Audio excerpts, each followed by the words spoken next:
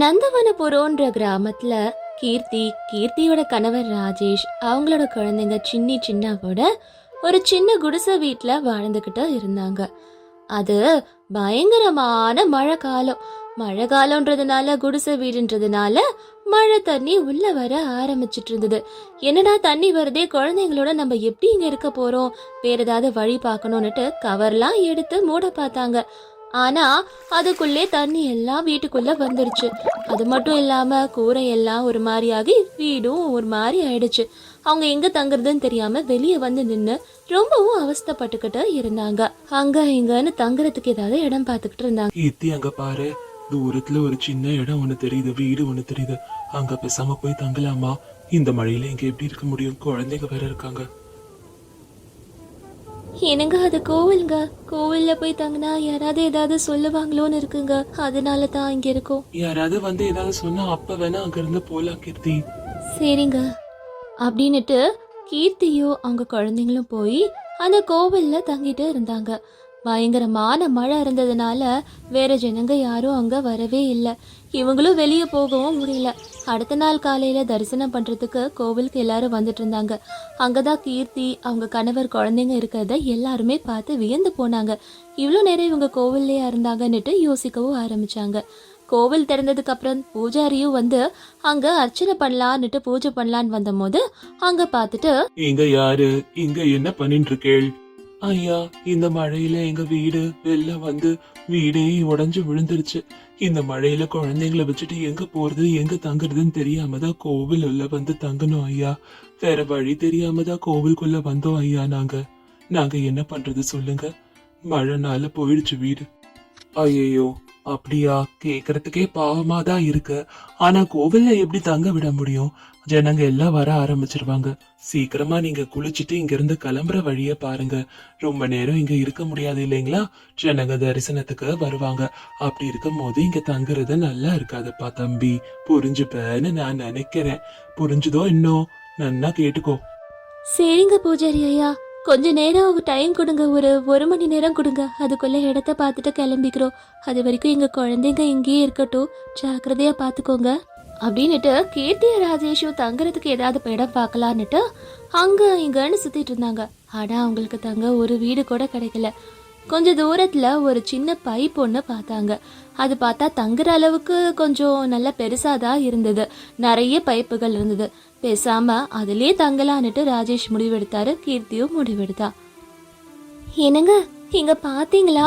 இந்த cement pipe ரொம்ப நல்லா இருக்குங்க. பேசாம வீடு கிடைக்கல, இதுலயே தங்கிடலாம். குழந்தைங்களும் இங்க இருக்கிறது பாதுகாப்பா தான் இருக்கும்.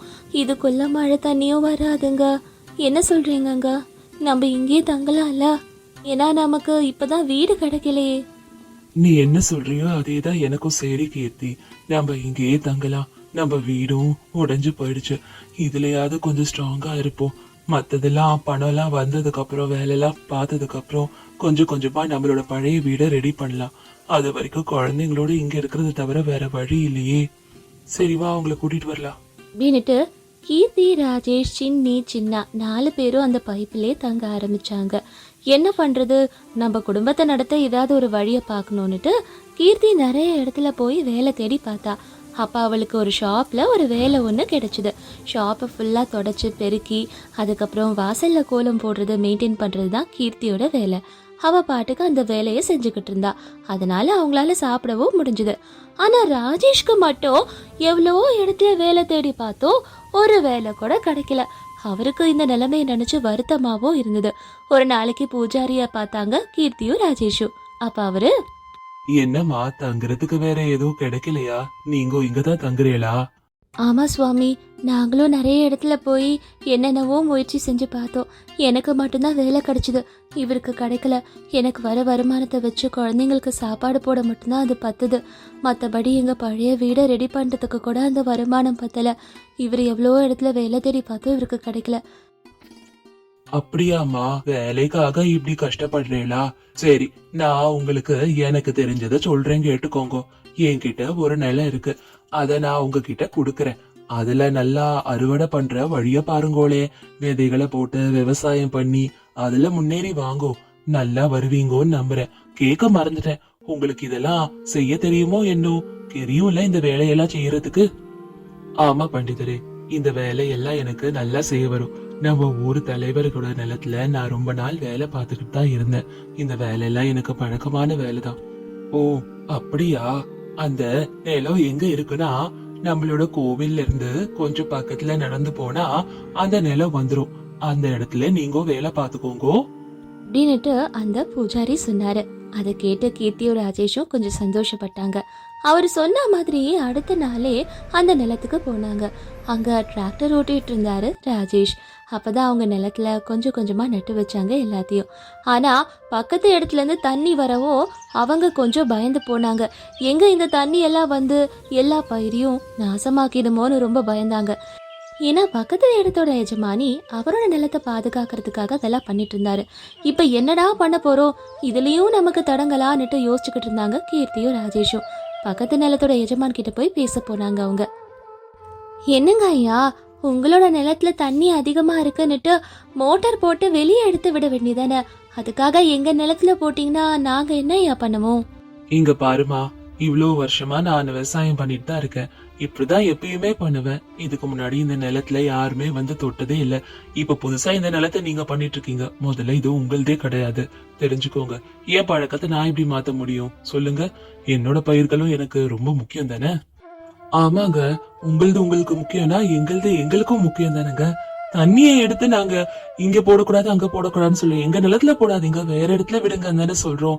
நாங்களும் பொழைக்கணும் இல்லையா ஐயா? இவ்வளவு வருஷம் விவசாயம் பண்றீங்க, அடுத்தவங்க படுற கஷ்டம் கண்டிப்பா உங்களுக்கு புரியும்னு நினைக்கிறேன்.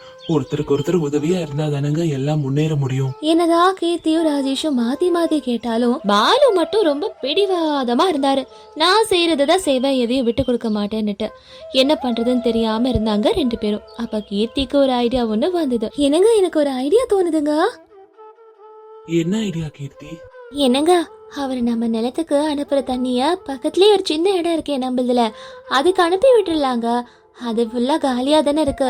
அப்ப நம்ம பயிர்கள் போட இடத்துல தேவையான அளவு மட்டும் தண்ணி இருக்கும் இல்லையா? அந்த நிறைய தண்ணி அங்க போகும்.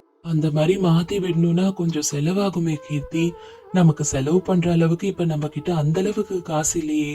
என்ன பண்ணலாம்? பேசாம பூஜாரியே கேட்போமா? அவருக்கு தெரிஞ்சவங்க யாராவது கொஞ்சம் காசு கொடுப்பாங்களா கடனானு அப்படின்னுட்டு ரெண்டு பேரும் சேர்ந்து பூஜாரி கிட்ட உதவி கேட்டாங்க.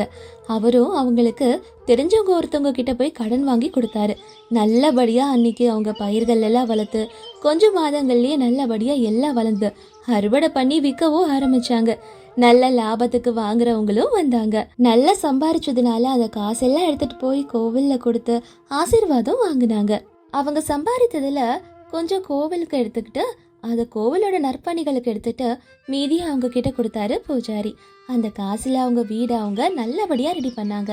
நல்லாவும் உழைச்சாங்க, நல்லாவும் சம்பாதிச்சாங்க. இப்ப அவங்க குடும்பத்தோட அவங்க சந்தோஷமா இருக்காங்க. நந்தவனபுரத்துல இருக்க கௌசல்யா அம்மா அவங்க பையன் ராஜேஷ்க்கு ரொம்ப ரொம்ப அழகான பொண்ணா பார்த்து கல்யாணம் பண்ணி வைக்கணும்னு நினைச்சாங்க. உலகத்திலே அவங்களுக்கு தான் அழகான மருமக கிடைக்கணும்னு நினைச்சாங்க. அதுக்காக ஊரா போய் பொண்ணு தேட ஆரம்பிச்சாங்க கௌசல்யா அம்மா. ஆனா அவங்க நினைச்ச மாதிரி எந்த பொண்ணுமே அவங்களுக்கு அமையல. அப்படி ஒரு நாளைக்கு கௌசல்யா அவங்களோட ஃப்ரெண்ட் சரோஜாவோட வீட்டுக்கு போனாங்க. அப்ப சரோஜா, என்ன கௌசல்யா, இன்னும் அவன் பையனுக்கு பொண்ணு செட் ஆகல? அழகான பொண்ணு தான் வேணும், இப்படிதான் இருக்கணும் அப்படிதான் இருக்கணும்னா எப்படி அமையும் சொல்லு?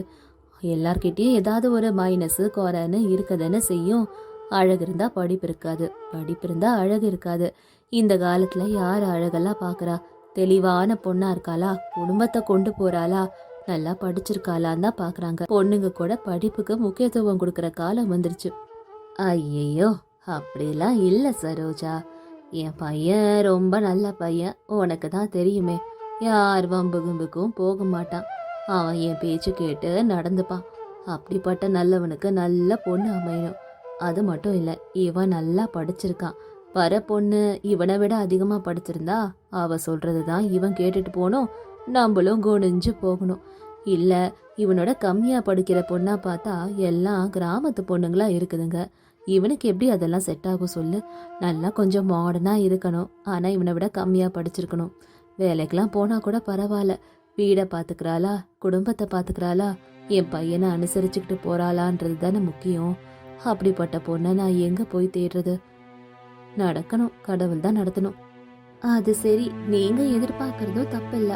ஆமா, இந்த விஷயத்த அண்ணன் கிட்ட சொல்லலாம்ல. அண்ணன் வீட்டு சைடுல ஏதாவது பொண்ணு இருந்தா கூட உன் பையனுக்கு சொல்லுவாங்களே. யாரு?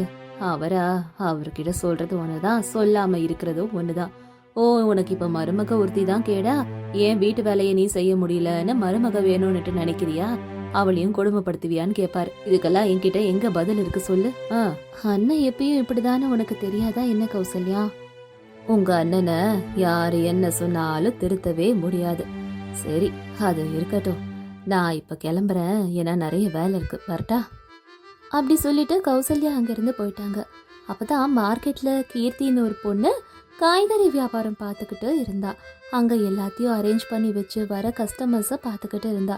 அப்பதான் கீர்த்தி கிட்ட காய்கறி வாங்க ஒருத்தர் அங்க வந்தாரு. அவரு, அம்மாடி, எனக்கு சீக்கிரமா 2 கிலோ தக்காளி, 2 கிலோ வெங்காயம், அப்புறம் பூண்டு, கேபேஜ், கோஸு, அரைக்கீரை, அப்புறமா வெண்டைக்காய், இதெல்லாம் சீக்கிரமா பாஸ்கெட்ல வை.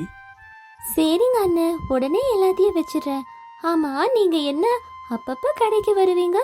இப்பெல்லாம் கடைக்கு வந்தே ரொம்ப நாள் ஆகுதே. முன்னெல்லாம் 4 நாளைக்கு ஒரு தடவை வந்து ஃப்ரெஷ்ஷா எல்லாம் வாங்கிட்டு போவீங்க. இப்ப என்ன 15 நாள் ஆச்சு நீங்க காணோம்?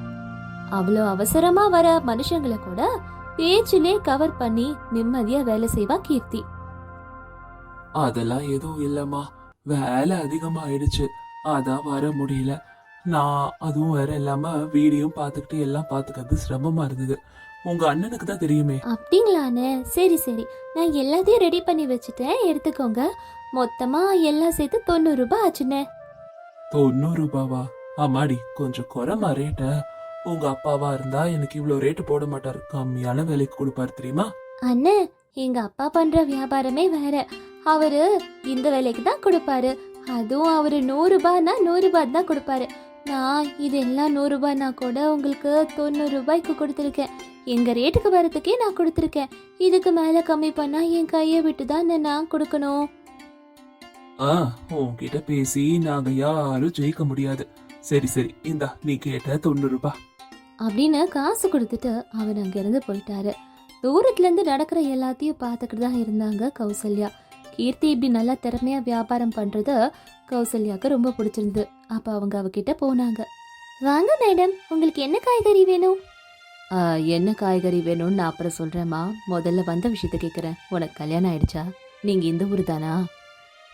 இல்லைங்க, எனக்கு இன்னும் கல்யாணம் ஆகல. நான் என் அப்பாவோட இந்த ஊர்ல தான் இருக்கேன். அம்மா இல்லை.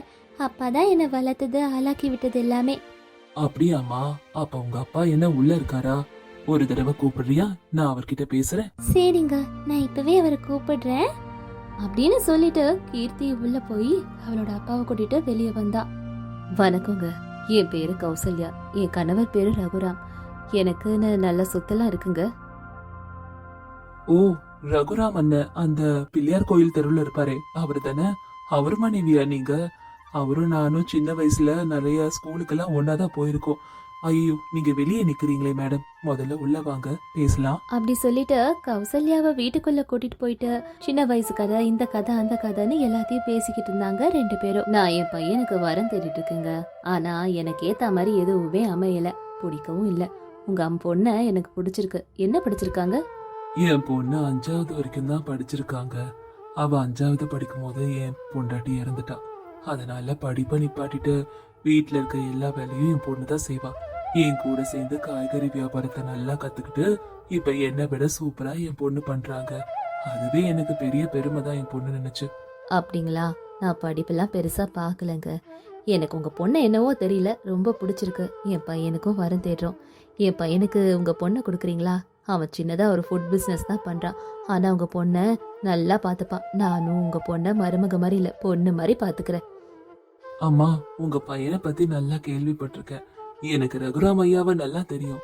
அதனால நான் யோசிக்காம தாராளமா என் பொண்ணை கொடுக்க சம்மதம்னு சொல்றேம்மா அப்படின்னு சொல்லிட்டு ராஜேஷ்க்கு கீர்த்தியை கல்யாணம் பண்ணி வச்சாங்க. கல்யாணம் ஆனதுக்கு அப்புறம் ராஜேஷ் கூட கீர்த்தியை நல்லபடியா பாத்துக்கிட்டாரு. அவங்க மாமியார் கூட கீர்த்தியை பொண்ணு மாதிரி பாத்துக்கிட்டாங்க. எந்த வேலையும் கீர்த்திக்கு சொல்லாம செல்லமா பாத்துக்கிட்டாங்க அவளை. கீர்த்தியும் பெரியவங்களுக்கு அவ்வளோ மரியாதை கொடுத்தா. மாமியாருக்கு உதவியா இருந்தா, வீட்டில் இருக்கிறவங்கள பார்த்துக்கிட்டா, நேரம் கிடைக்கும் போதெல்லாம் கணவரோட கடைக்கு போய் அவளுக்கும் உதவி செஞ்சுக்கிட்டு இருப்பா. அப்படியே கொஞ்சம் நாட்கள் போச்சு. ராஜேஷோட கடைக்கு எதிர்க்கையே இன்னொரு ஃபுட் பிஸ்னஸ் கடையை ஆரம்பிச்சாங்க ஒருத்தர். இதனால ராஜேஷோட கடைக்கு வியாபாரம் கம்மியாச்சு. இதை நினைச்சு வருத்தப்பட்ட ராஜேஷ் வீட்டில் சொன்னாரு. அப்ப கீர்த்தி அவருக்கு நல்ல ஒரு ஐடியா ஒன்று சொன்னா. என்னங்க, நீங்க எப்பயும் பழைய ஸ்டைலே சமைச்சா எப்படி வியாபாரம் நடக்கும்? இப்ப இருக்க குழந்தைங்களுக்குலாம் Manchurian, fried rice, noodles, burger இதெல்லாம் தான் பிடிக்குது. அந்த மாதிரி ஏதாவது பண்ணா கண்டிப்பா நடக்கும். ஆமாண்டா, கீர்த்தி சொல்றது கூட உண்மைதான். இந்த காலத்து பொண்ணுங்க பசங்களுக்கு எல்லாம் ஃபாஸ்ட் ஃபுட் தான் பிடிக்குது. பேசாம கீர்த்தி சொன்னதை கேட்டு அவ சொன்ன மாதிரியே எல்லாம் பண்ணு, நல்லா வியாபாரம் நடக்கும். சரிம்மா, அவ சொல்றதே செய்ற. என்னங்க, நம்ம கடையில சேர் எல்லாம் இருக்குல்ல, அதுக்கு பக்கத்துல அழகழகான பெயிண்டிங்ஸ் வைக்கலாம். அப்புறம் ஏசி போட்டு கதவெல்லாம் க்ளோஸ் பண்ணிடலாம். பார்க்கவே ரொம்ப அம்சமா ஆக்கலாங்க நம்ம கடைய. அப்புறம் தனித்தனியாக இப்போ எல்லாரும் மஞ்சூரியன் தனியாக, நூடுல்ஸ் தனியாக, ஃப்ரைட் ரைஸ் தனியாக ஆர்டர் பண்ணுவாங்க. நம்ம மஞ்சூரியன் நூடுல்ஸ், மஞ்சூரியன் ஃப்ரைட் ரைஸ்னு பண்ணி கொடுப்போம். அப்போ எல்லாரும் நம்ம கடைக்கு வருவாங்க பாருங்களேன். அதுக்கப்புறமா ஆன்லைன் ஆர்டர் எடுத்து அதை கூட டெலிவரி பண்ணலாம். ஃபுட் டெலிவரி, அது கூட நல்ல வருமானத்தை கொடுக்கும். நல்ல ஐடியாவா இருக்கு கீர்த்தி. அதே மாதிரி பிளாஸ்டிக் கவர்ல போட்டு தரதை விட்டுட்டு வேற ஏதாவது டப்பாலையோ ஏதாவது போட்டு தரலாம். அப்ப ஜனங்க வாங்குவாங்கல்ல. ஏங்க, அது கூட என்கிட்ட ஐடியா இருக்கு.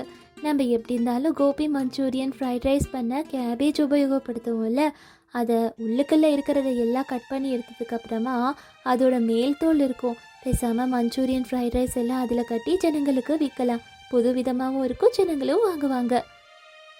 நீ சொன்ன ஐடியா ரொம்ப நல்லா இருக்கு கீர்த்தி. அப்படின்னா இந்த கேபேஜ் மஞ்சூரியன் ஃப்ரைட் ரைஸையே நம்ம விற்கலாம். கீர்த்தி கொடுத்த ஐடியா எல்லாமே சூப்பராக ஒர்க் அவுட் ஆச்சு. ரூம்ஸு, அப்புறம் ஏசி, பெயிண்டிங் எல்லாம் ஆக்குனாங்க அவங்க கடையில். கேபேஜ் மஞ்சூரியன் ஃப்ரைட் ரைஸை அறிமுகப்படுத்தினாங்க. இதனால நிறைய கஸ்டமர்ஸ் வந்தது, நல்ல லாபமும் வந்தது அவங்களோட ரெஸ்டாரண்ட்டுக்கு. 2 பேரும் நல்லா வியாபாரம் பண்ணி சந்தோஷமாக இருந்தாங்க.